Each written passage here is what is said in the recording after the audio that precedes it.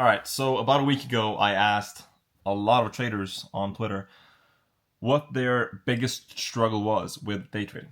And I asked them to write it down. What is holding you back? And it got around 50,000 views and around 200 comments. So right now, we're going to go over the most liked comments, the most popular mistakes that people make, and what is holding them back. So the first one is looking at others too much. Now that I started minding my own business and believing in my own ideas and strategies, I started getting some profits. So this is something I think everyone can like recognize or admit that they did themselves. I did this too. I would strategy hop for probably a good 6 months before I realized strategy hopping and not sticking to a system is never ever going to give you an edge in the market. So what do I mean by edge, right? So edge is basically how do we beat the market? How do we extract profits? How do we withdraw money from the market? That is an edge. If you can have an edge, whether it be in your risk management plan, whether it be in your strategy itself, for me, I like to have an edge in both. I like to have a very dynamic risk plan, and I like to have a very aggressive, some might say, trading plan, trading strategy. So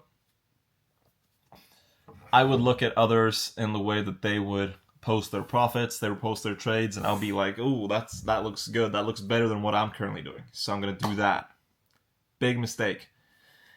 I tried doing what they were doing, and believe it or not, crazy enough, I didn't have the edge they had, if they even had an edge. You have to realize that 95% of people that post about day trading on the internet, they're just straight up lying to your face. You're taking advice from people that cannot show you a payout. They cannot show you a withdrawal. They will make some bullshit up as to how they're profitable, and they'll show you this amount of winning trades, and they'll just, it's just bullshit. If they can't show you tangible results, here is a payout, here is like me withdrawing this from whatever account, they can't show you that, why the fuck are you listening to them? Like, please, come on. They can play this role of being like, I hate when others lie on the internet, blah, blah, blah. And then they don't show you anything, and they just fucking lie themselves. Like, I see this all the time, bro. People playing this savior, like, I'm gonna save you. These people are lying. I'm not lying. I'm the saint. Like, I'm the hero, blah, blah, blah. And then you go to their account, and it's like, you don't make fucking money. You don't make money. Like, the people you see online, I swear to God, bro, 99% of them that you think they're making money, and you're like, ooh, I want to achieve this, I want to achieve that, they're not making money. Trust me on this. I've seen it firsthand. All right, the next one was cutting winners short and letting losers run too long. This is an interesting one because this is actually the foundation of which I built my whole strategy around. I would not flipboard. I would go into every single position with a pretty, decently sized stop loss. Probably like a 1 to 2. And then when price approached my stop loss, I would just be like, I'm going to take it off and I'm going to take it out of break even instead, right? Surely it's going to go back to my break even. And believe it or not, it never did. It never did go back to break even. And if it did go back to break even, I'm like, might as well take some profit now.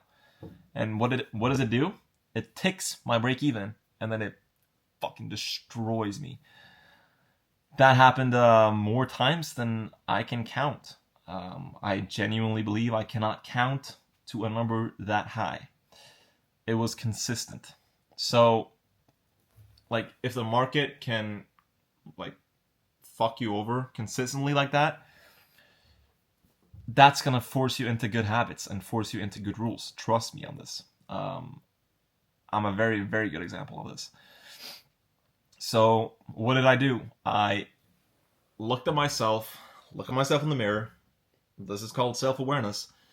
Figure out, okay, what kind of brain do I have? What kind of brain Like, genuinely ask yourself a question. And then let's go deeper down into it. Do you have any addictions like nicotine, caffeine, porn? It can be whatever. Any addictions. It can be food, it can be sugar, it can be Coke Zero, for all I care. If you get easily addicted to something, like Zens or cigarettes or whatever it may be, Red Bulls, you have an emotional brain. And what does that mean? It means you're very susceptible to, how do I put this? You are going to be prone to gambling. And gambling is an addiction. And what do we know about the charts? If you don't do it correctly, it's going to turn into gambling like that, okay? If you sit down and you look at the chart, you can start gambling faster than you can say gambling. And that is what I would do when I would take my stop loss off. If I didn't take my stop loss off, if the trade hit my stop loss, I would just take another trade, gambling.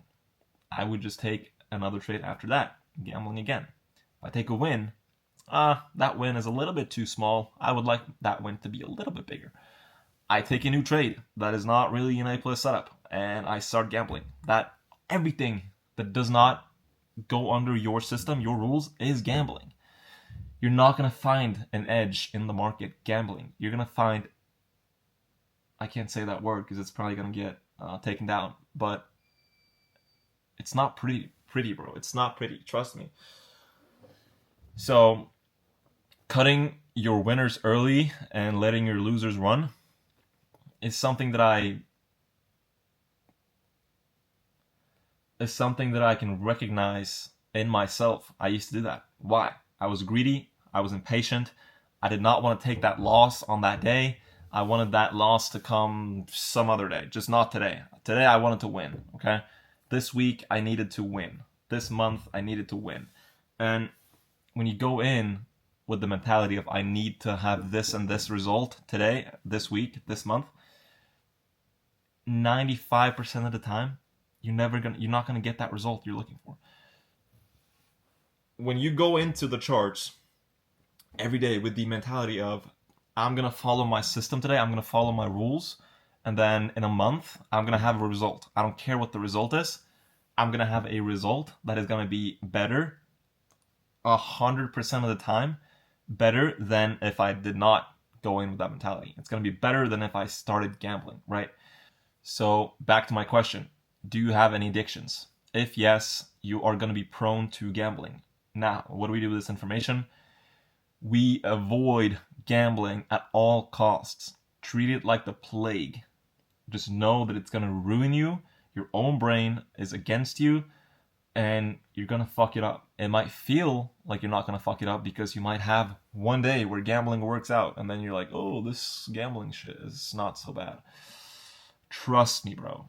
It's hideous. It's ugly. People ruin their lives over this shit. I mean, I did the same shit. I lost $13,000 over the course of 9 months before I made it all back in 1 month. And what I had in that 1 month, the one thing that I did differently in that 1 month was I took less trades. Way less trades. I took one trade a day. Prior to that, I took God knows how many trades. Once again, I cannot count a number that high.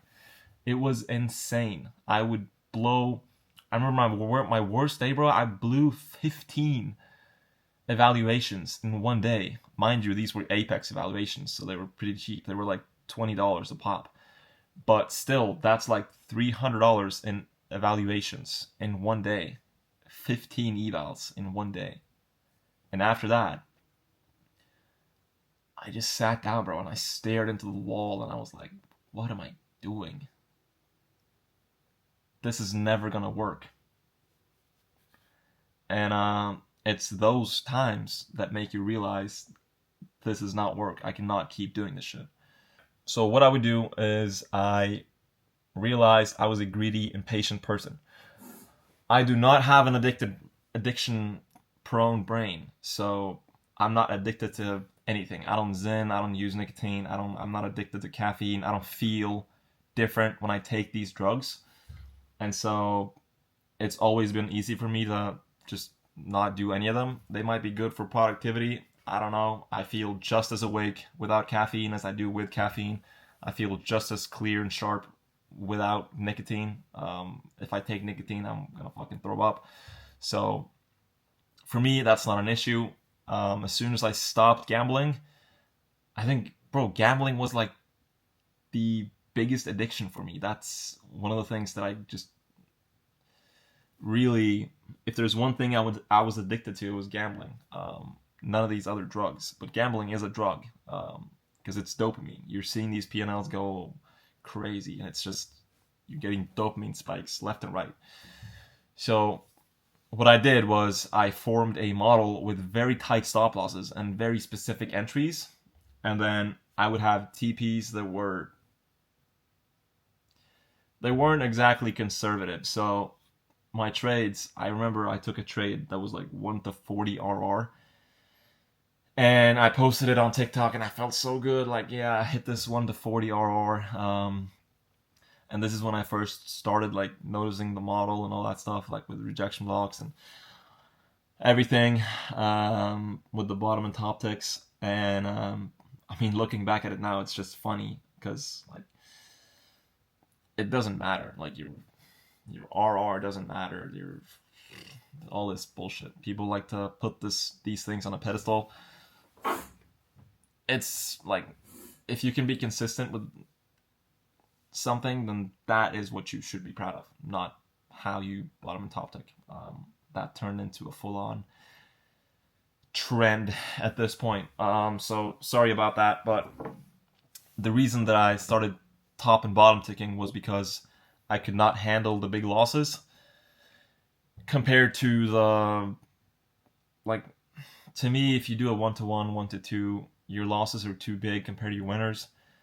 It just is, it's visually difficult for me to accept a big loss, because I know that my winners are not that big compared to the loss. But when I started using these big RR trades, it was way easier for me to accept the losses. I could take 3 losses and it wouldn't even matter because my wins were like 10 times bigger at the time. So yeah, you just have to kind of identify what kind of brain you have, what kind of issues you have, what kind of psychological flaws you have, and then tailor everything to that. Don't try to fight it. All right, someone said, I have to trade every day. My setup shows up every day, but that might be a problem too. Yeah, that can be a problem. For me, I have a pretty low frequency trading style. That's kind of how I prefer to have it. I have like a mid win rate. I have a high RR. I have a low trade frequency. Kind of like swing traders, but it's not that low trade frequency. It's like more like in the middle. And I think it's more peaceful. I think it's a better way to trade because you're not all constantly looking at the chart. Like I can set limits and I can just not be on the chart. Then my limit might go off and I'd be like, yeah, this looks good. And then I'll use an entry trigger to get into the trade. And it's it's more streamlined in my opinion than sitting down and like staring at the chart for your setup. Oh, it might appear anytime now. And then you sit there for like 2 hours, like staring at it. And then you just force something because you're sick of sitting there. But yeah, that's just kind of how I solved that problem. And then someone said, my biggest thing was chasing trades. This is something I used to struggle with, but it's also this is the thing that I was able to quit the fastest. Because let me tell you, when I was chasing trades, if I was chasing along, I would top tick that long and then I would enter long and the price would just fucking die. Or if I would try to chase a short, I would bottom tick a short and price would just rally for the rest of the day, and I would sit there smashing my fucking computer, and I was like so mad because like, how can this happen? And the common denominator was that every time I chased a trade, that would happen. So that was just so painful to me, to the point where I just did a hard stop. Like I just never chased a trade ever again. This is not good. And then I just kind of stopped doing that. So if you haven't made it to that stage yet, you're probably gonna, and it's gonna be pretty easy from there on out. At least it was for me. You just need to be self-aware, and you need to have a good memory of, like, this has happened 100 times before. I'm gonna stop doing this. Same with like trading no news Mondays. I don't do that anymore because I didn't perform well. So might as well stop. When I take a loss, I can't handle it, and I want to try to make back the lost money. That usually doesn't go too well. I think the solution to that problem is in that second part of the sentence. That usually does not go too well. Well, okay, if you know that information, that usually does not go too well, we have a very, very easy solution. And I used to go through this. I'm not bashing. I'm not criticizing. Like, I used to do every single one of these. Like, there's a lot of problems that people have, right? I used to make all of these. I can scroll for a long time, and I used to do all of them. The solution is to take that information, this does not work, and then apply it with, stop doing this does not work. I'm sorry, but there's no rocket science to those kinds of questions. You know what the problem is, so you should know what the solution is. It's easier said than done, I'll admit that, but you know, like, do you want it bad enough, or do you not want it at all? That's kind of the question that it comes down to. All right, this one I think is gonna apply to 90% of you guys. Checking X/Discord pre-trade, too much information and ideas. I have a Discord, and I see these guys, they're in the Discord while they're trading, before they're trading, after they're trading.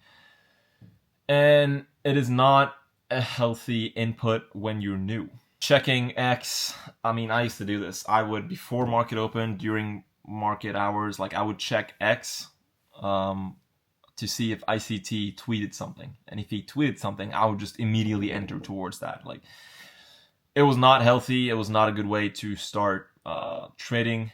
It was not a good way to learn.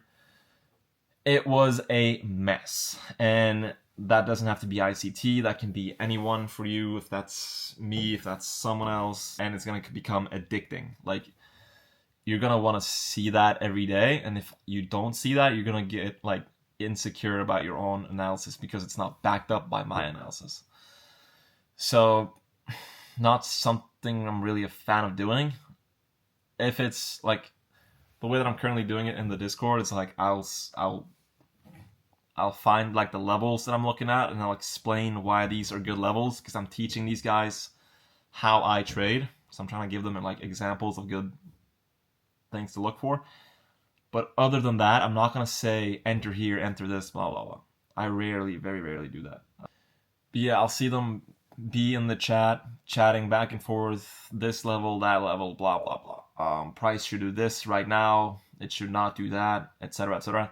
And if you're in a trade and you're, like, kind of insecure, that is going to tip you over the edge so many times. And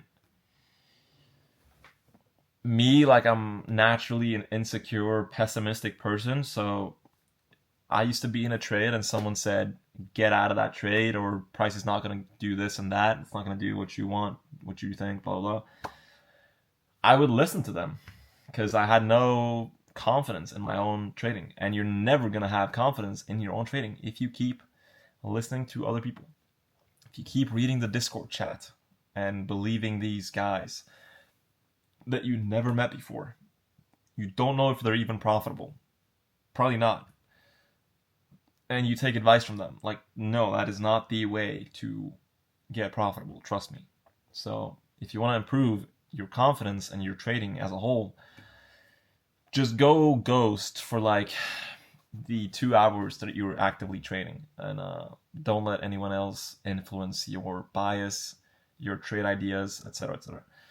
The last one I'll go through, this is a pretty good one. This guy said, I'm too attached to money and I can't stop overtrading because of that. Always feel like I'm missing out on more money. I used to have this same issue. I would see these huge price legs and I would be like, damn, I'm not in that. I'm not in this price leg right now. That's pissing me off. And then I would end up entering the price leg that was like pretty much finished. And I would hold it with aggression. Again, we know that this does not work. So what do we do with that information? We stop doing it because it does not work. The story that I told you with top ticking longs and bottom ticking shorts and that whole chasing trades issue that I had made it very easy for me to stop having FOMO and to stop having that I'm missing out on money mentality. Because the reality is, if I enter right now, I might get absolutely clapped. Like I see this leg, right? I see this price leg and I want to get in on this price leg. I could see this P&L go up and down right now. It would be so much, it was so exciting. I could get all this dopamine if I just enter right now. Bro, listen. Do you want to have a nice house, a nice car, a secure future for your family, or do you want to have this short-term dopamine right now? Ask yourself, because, bro, it is like a whole nother level of dopamine, especially because I wanted it for so long. I remember I started looking at like online internet money stuff when I was 14, bro. So for like damn near 10 years, bro, I've been drooling for this feeling. And it's just 100 times greater than any short-term dopamine any P&L and trade has ever given me, ever. So if you want to get there, you have to sacrifice that short-term bullshit for that short-term pain of actually going through the shit that you say you're going to go through. Alright, those were the top comments that I got under that video. I look forward to posting more trading related stuff, more concepts, more strategy stuff.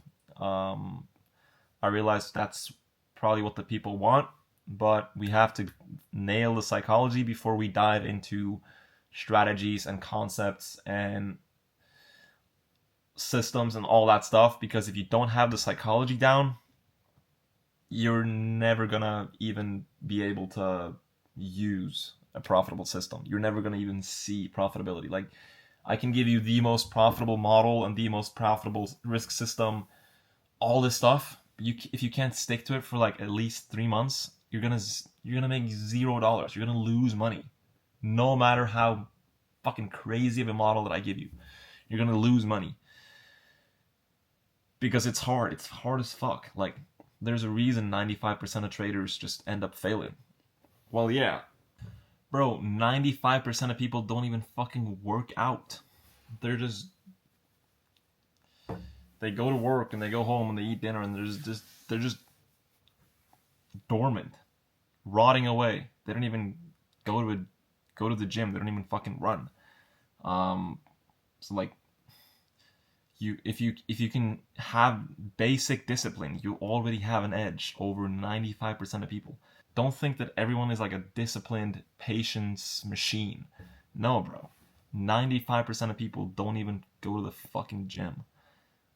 Like, these are the people that you're competing against. You have an edge if you can just pick yourself up off your ass and do an activity. Like, it is insane to me how low these standards are. It is mind-boggling. So, yeah. Pisses me off. But yeah, at the end of the day, everything is your fault. Be accountable, and you're gonna see some fucking money in your bank account. It is not rocket science. Trust me. Alright.